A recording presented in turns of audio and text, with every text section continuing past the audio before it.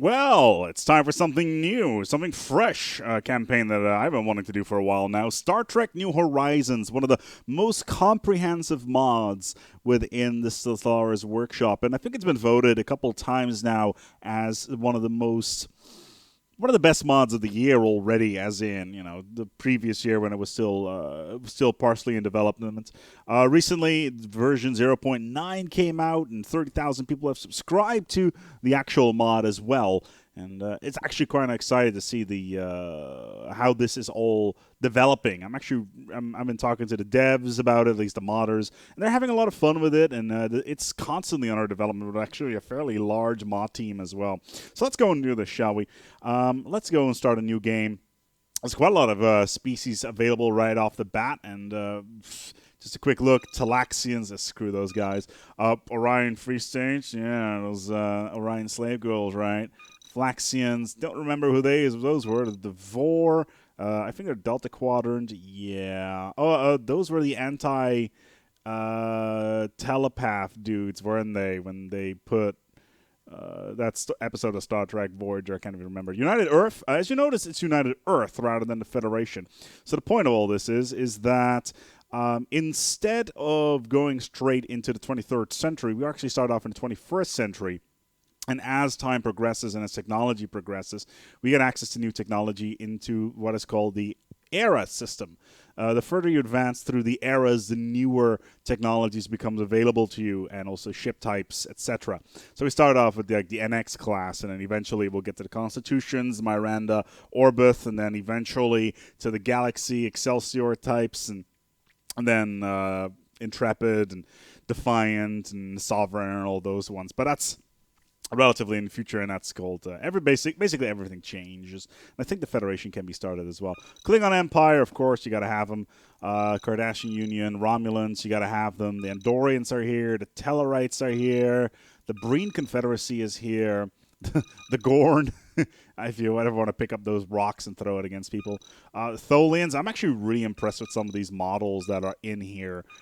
Very impressive stuff in terms of getting the best possible rubber-faced aliens that money can buy. Sheliak Copper. I don't even remember these guys.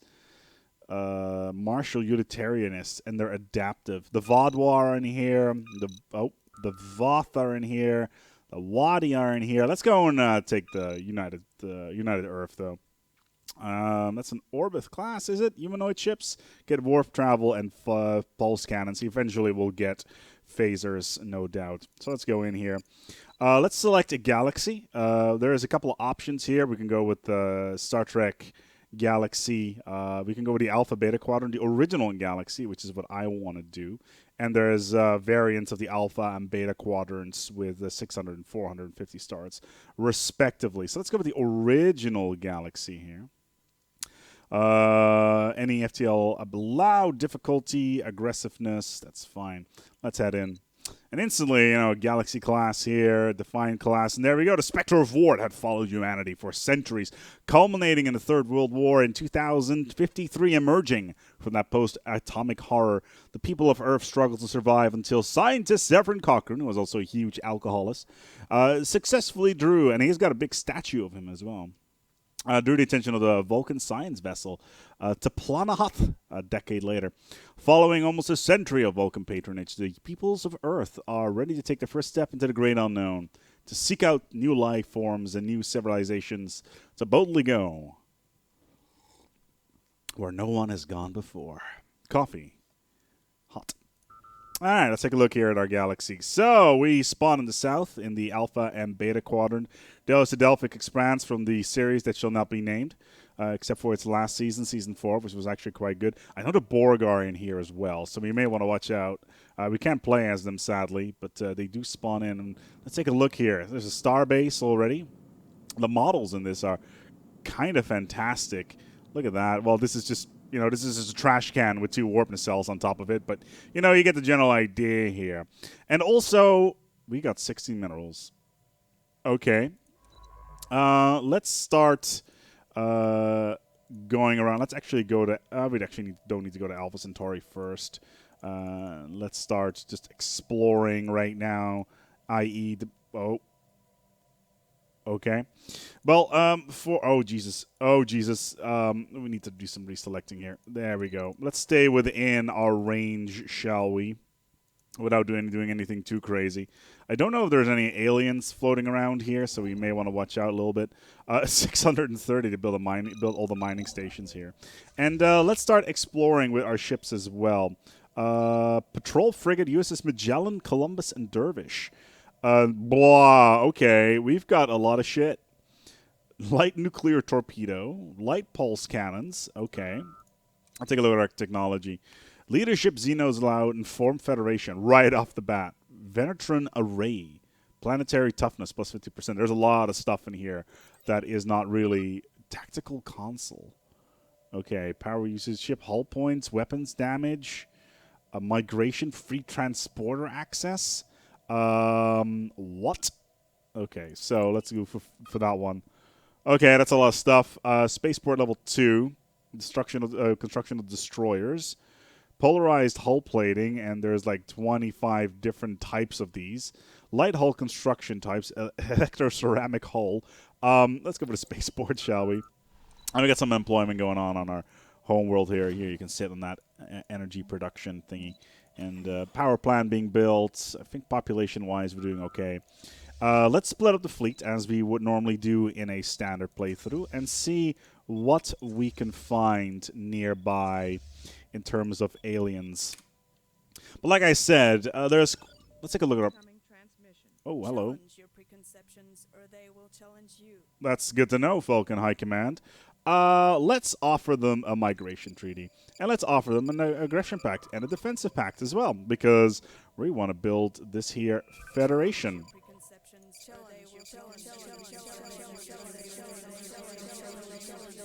Well, that's not going to get annoying very quickly. Anyway, we need some minerals.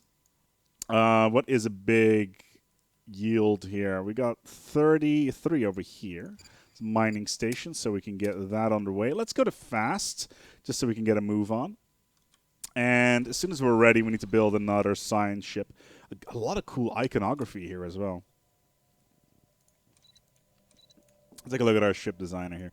Patrol frigate. Starship. Okay.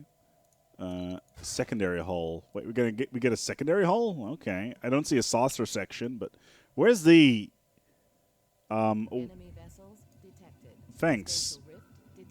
Okay, thank you, beta aliens. Enigmatic spacefarers. All right. Okay, gamma aliens. But anyway, basic computers, microfusion thrusters, optical sensor. There's a lot of stuff. All right, cool. Let's put some nuclear torpedoes on this thing. Some pulse cannons. You may have noticed that I'm not using any music with this, mainly because I don't want to get sued into the ground by Paramount, who own the rights to this. This ship costs 305 minerals right off the bat. Complete. That's crazy. Explorer class, yes. We will go for that. We found some aliens. Let's research those. And some more over here. So let's get these guys over here. I think these are going to be Andorians. If my Star Trek skills are any good in terms of what I can remember of it. Cassiopeia, Wolf 359 is probably around here somewhere as well. Oh, an anomaly. 30%. Let's do it.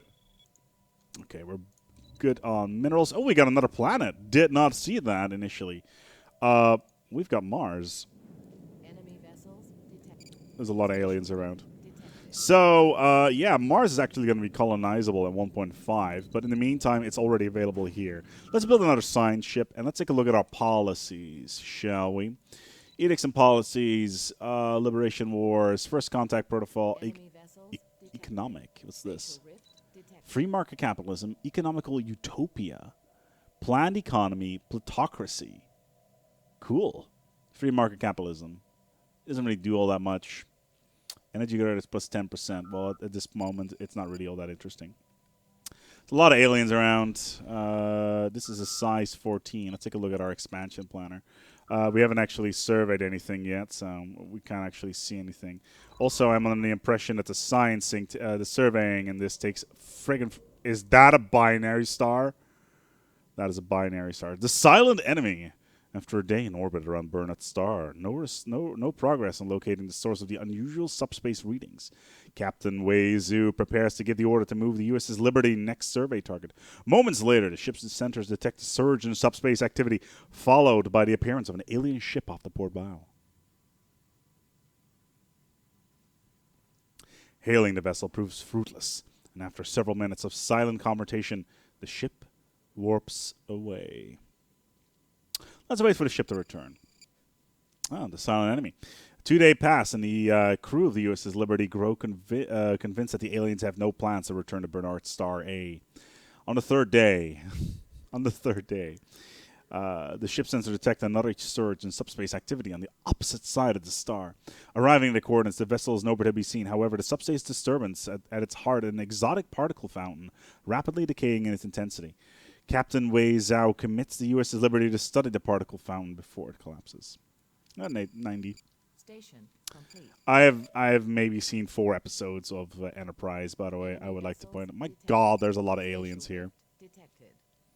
What's this? Zeta aliens. Okay, let's move you into... Oh, there's Wolf 359. Don't fly into that with a big old fleet. I wonder if the Borg is triggered or if Q is in this game. That'd be cool. Although there's a lot of sound effects in this that are not going to get annoying quickly at all. Can I get to the galactic core? Not that I can see. Anyway, we got a new science ship. Let's get a new scientician on there.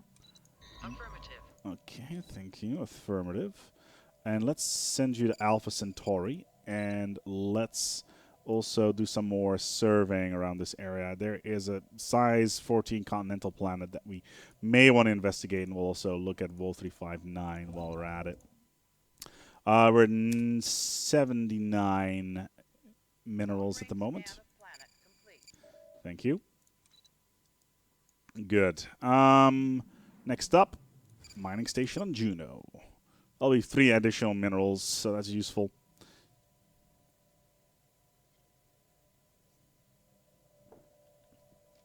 Obviously, there's a lot of scenarios that cannot be replicated very well in Stellaris. For instance, Voyager is never going to be a thing because you can just fly across the galaxy in like 5 minutes rather than it taking 70 years. So there's that.